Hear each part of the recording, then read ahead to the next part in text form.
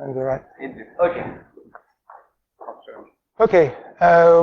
The first challenge deals with a punch card encoding format. There is an hint in the subject of the challenge that gives us an indication on the kind of hardware that could be used to generate such an example.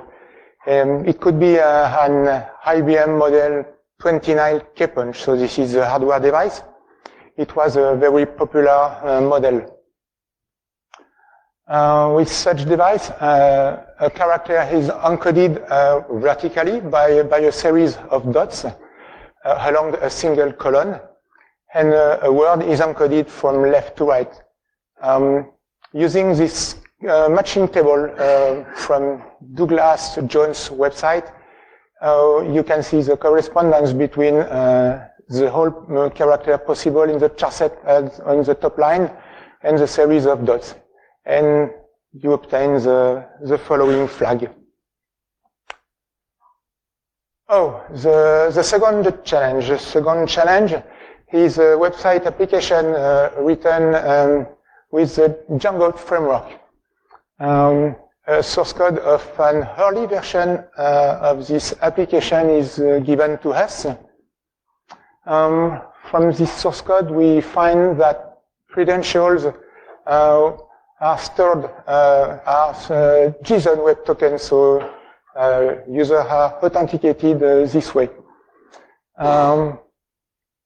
If the client has a way somehow to alter such token and to make it accepted by the server, he has then the possibility to elevate his privileges and to impersonate other registered users.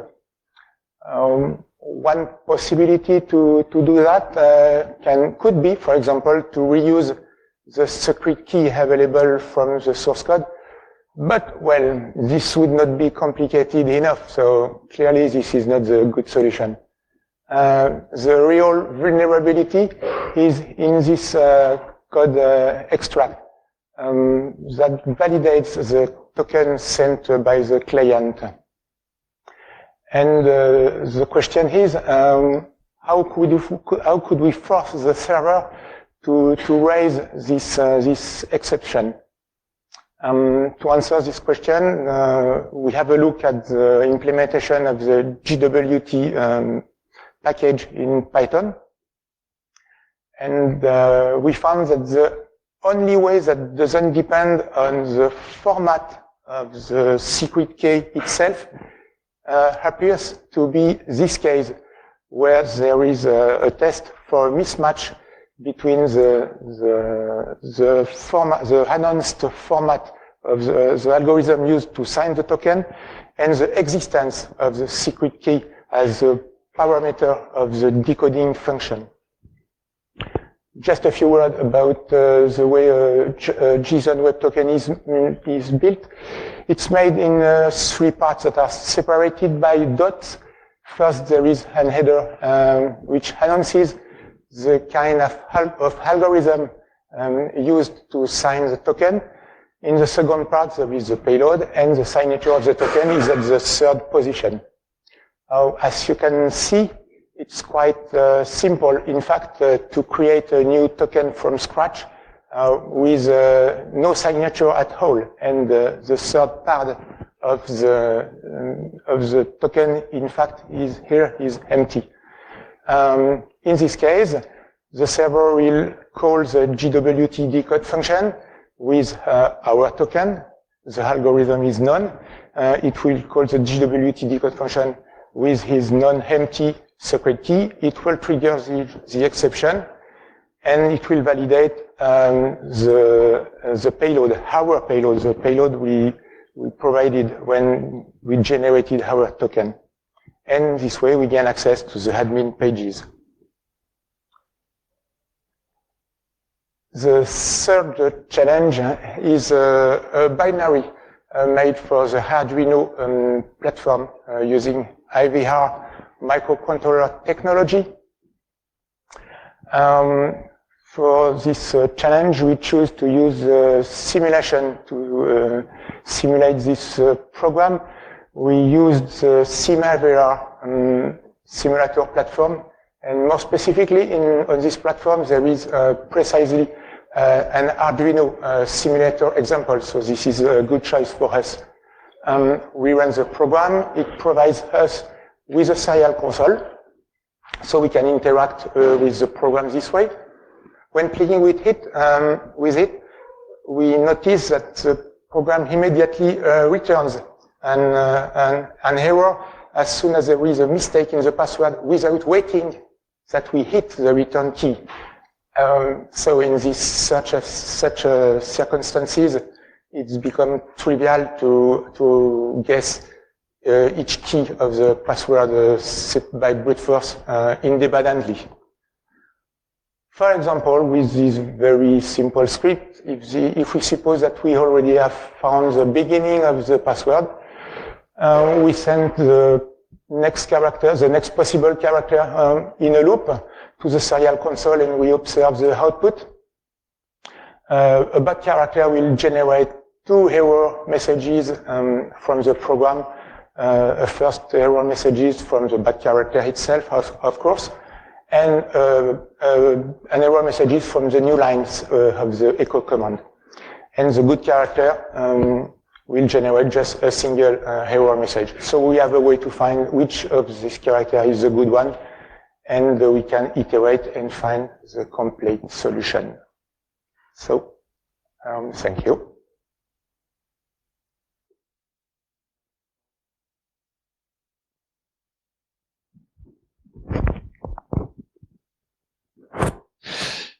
So now let's talk about the 4th challenge, which is named network, on which many of the participants have failed to solve. So when you look at the storyboard, many participants are still on this challenge.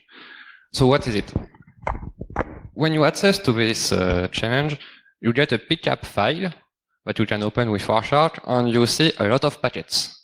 These packets are all TCP packets to the port 443, which is TLS. And it's like someone scan the internet for TLS connections.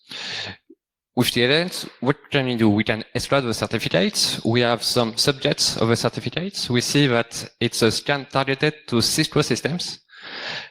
And what can we do with this? It's either steganography, where we can extract things from the packet, or it's a cryptography challenge. And in this case, it was the second case, it's a crypto challenge. From the certificate, we can get the public keys. On what can we do with when we have many public keys? We can either look for vulnerabilities like Roca or things like this, or we can simply perform a GCD, a greatest common divisor, among with all the keys, with all the public keys which are extracted. And with this, we can factorize 5 RSI keys. And once the keys are factorized, we can get the private key on the decrypt. So here's a sample Python code to build 2 keys from a found common divisor. And with the keys, we have a simple t-shirt command line that can decrypt HTTPS traffic, and in the HTTPS traffic, we get the flag. Easy. Then we have another Catch Me challenge, which is an ARM 32-bit challenge, which asked for a password. So let's open it with IDA, reverse it. The code is very simple. It's you get an hash. You need to track this password. The hash is encrypted with Caesar. And if the password is correct, you get a strong function which does a lot of things. So we did the hash, we use John the Ripper, the password is winter, and when we enter winter, we get this.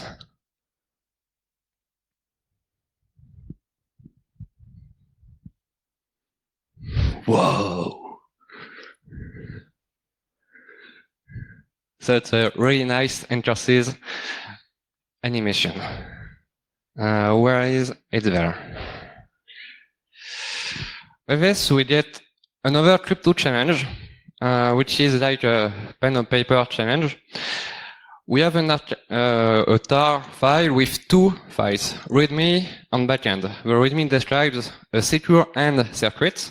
Backend is a Python scripts which implement two functions about this secure end circuit, and then the README file gives a server that you can connect to, and when you connect to a server, you can probe the circuit. The circuit looks at this. It's a secure end, so you have two secret sensitive bits of information, and the goal of the circuit is to compute the end of these two bits.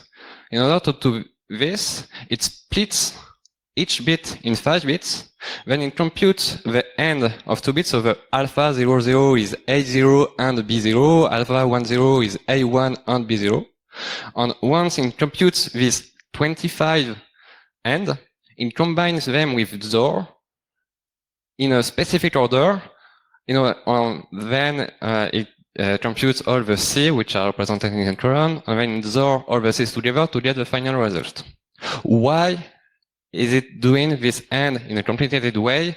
It's in order to perform an end which is secure with resist to 4 probes. With the server that you can connect to, you can measure 4 values out of all values which are represented there. And you can't measure A, B, and C. And the goal is to get A, because there are 336 bits for the flag, which is 42 bytes long.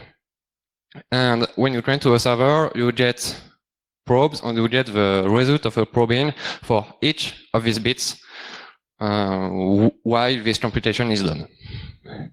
So this looks secure, and this L thing in color is the way that the alpha are combined together. So there are some formulas to compute the C, and we see that it's not linear. Why does, for example, C04 is not alpha 00, XOR alpha 10, XOR and so on, XOR alpha 40? Why?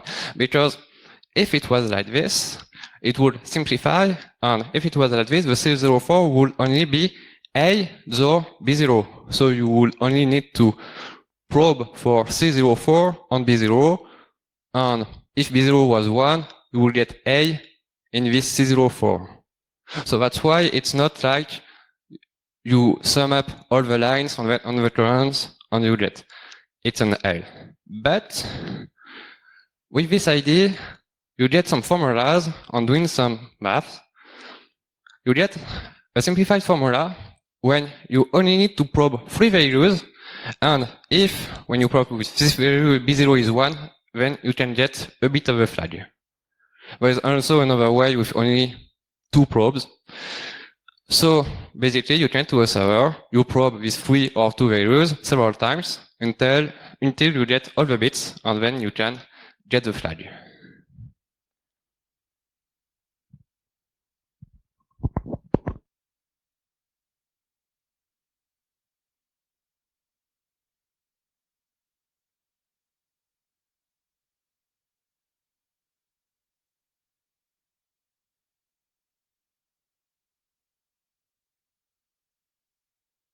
Hi, my name is Sébastien Lewan, and I'm going to present you the last 3 challenges. The first challenge is called Be Ready and is a frustrating one. We are given an executable file, which is for the RISC-V architecture. It's tiny. It's only 12 kilobytes. It's non-interactive. Actually, you just have to run it and it will print the flag. So let's do this. There's just one problem. Given the current state of tooling around the RISC-V architecture, it turns out running this executable file is hard.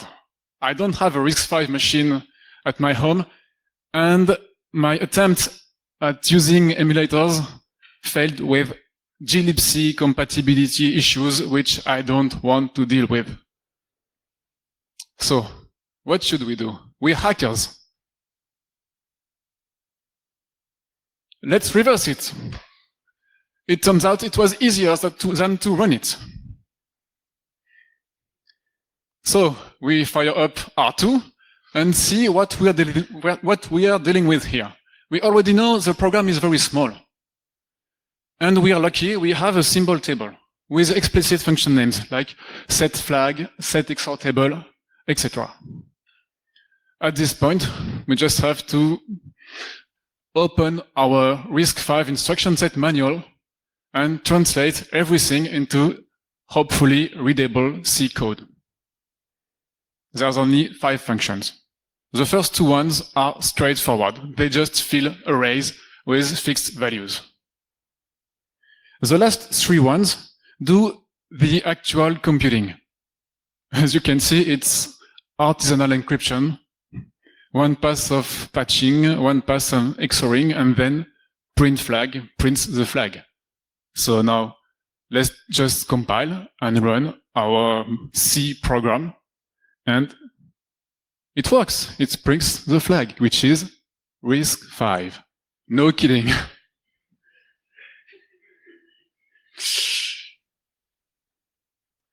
The next challenge is called the band. And there's so much to say about this one. I'm going to skip a lot of details. I'm sorry, I just don't have time. On the surface, it's a 64-bit executable file for the x86 architecture. It's pretty big, 200K, and it's interactive. It does some kind of scanf. When you run it, it asks for a string and then prints a nag error message. To make the matter worse, if you try to look at the import table, you will see that it imports lots of stuff like fork, SHM open, pipe, same weight, and other synchronization stuff, which is not a good sign. But on the inside, we discover that the user input is actually assembly code for a tiny VM. This assembly code gets assembled to bytecode and then executed in this tiny VM, which simulates the move of a cursor on a straight line. It can move left or right. There's some limits on the count of executed instructions, which is computed in a way that I'm not going to describe. And the output of this VM is the final cursor position. Actually, things are a little more complicated than that because there are 2 VM instances running in parallel. They both run the same program, which is the user input. They both share the same time limit, but they start with different initial cursor position. They are random and non-deterministic. Each time you run the challenge, you will get different initial cursor position, which makes debugging very cool. One last important point is that each VM instance knows about the initial cursor position of the other instance. Our goal is to find some programs that will cause both instances to end up on the same cursor position. We also have a constraint, which is that our program, which is the user input, must be exactly 7 instructions long. This is hard-coded, hard-checked in the program.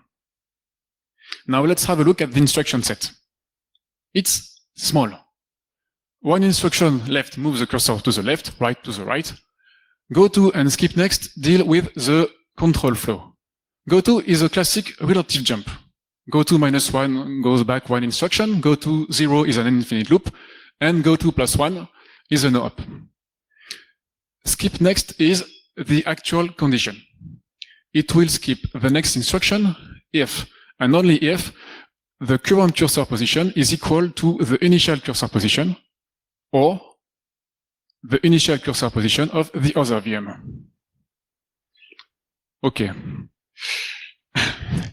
What do we do here? Because I don't want to think too much. However, we know that we must write a 7 instruction long program. We have a tiny instruction set, only 4 instructions. The goto takes a parameter, but there are not a lot of values possible. Once again, we are hackers. What should we do? Let's brute force the damn thing. But not the original executable. I couldn't manage to do this. It's way too slow. So that's not a good way to do it. However, the VM is very simple. Actually, it's so simple you can even fit a complete C model of this VM on a slide.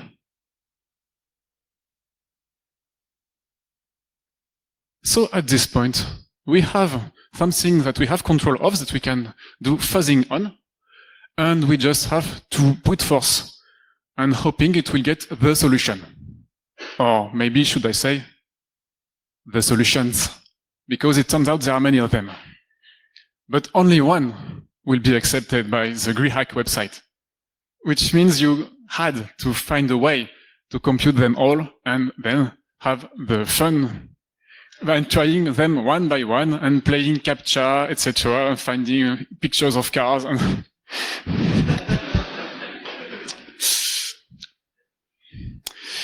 I need to mention one last thing about this challenge, because I want to do justice to the big engineering work that went behind this challenge. We've only scratched the surface.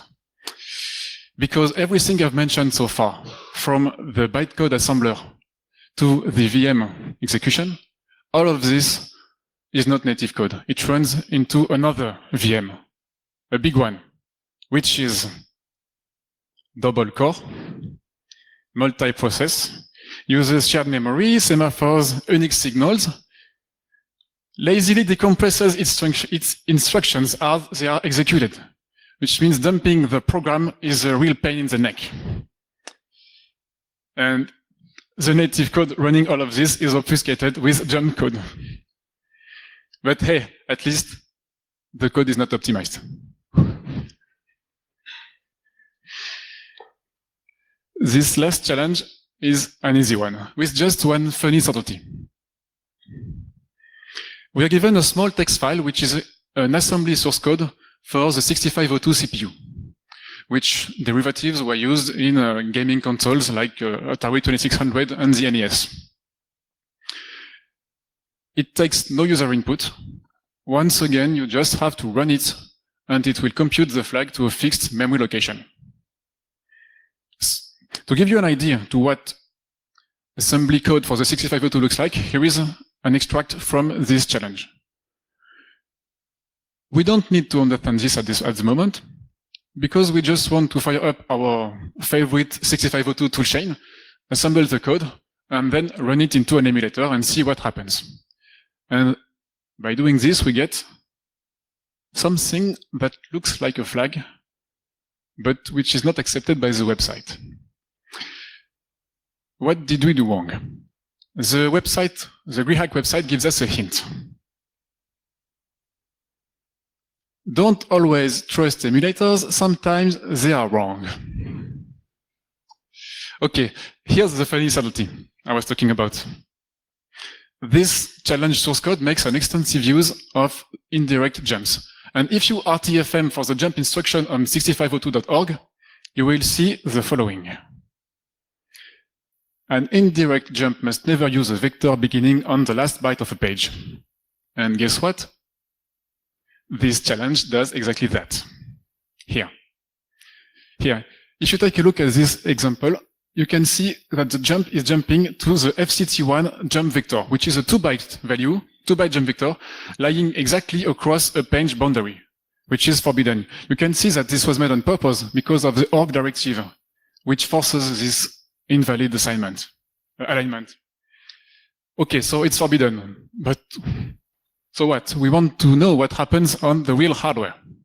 Let's have a look. let's consider the following indirect jump. Here, the programmer intent is pretty clear. We have an indirect jump to the jump vector 30ff, which lies here. So the programmer wanted to jump at the address 5080. It's Little Indian. It's a 2-byte jump vector, 5080. However, the real hardware will jump to 4080.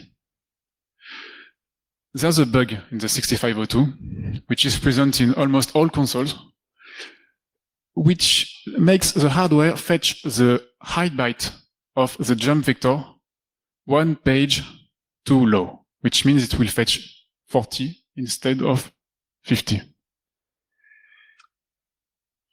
So at this point, we just have to implement this bug into our favorite 6502 open source emulator and run the same assembly code again. And this time, we get a different flag, which is accepted, which means at this point, we have all the 9 flags of this series, and we win. I'd like to end by saying a big thank you to the people who designed these challenges, because it was obviously a lot of hard work, and I had a lot of great fun. So thanks to them, and thanks for listening.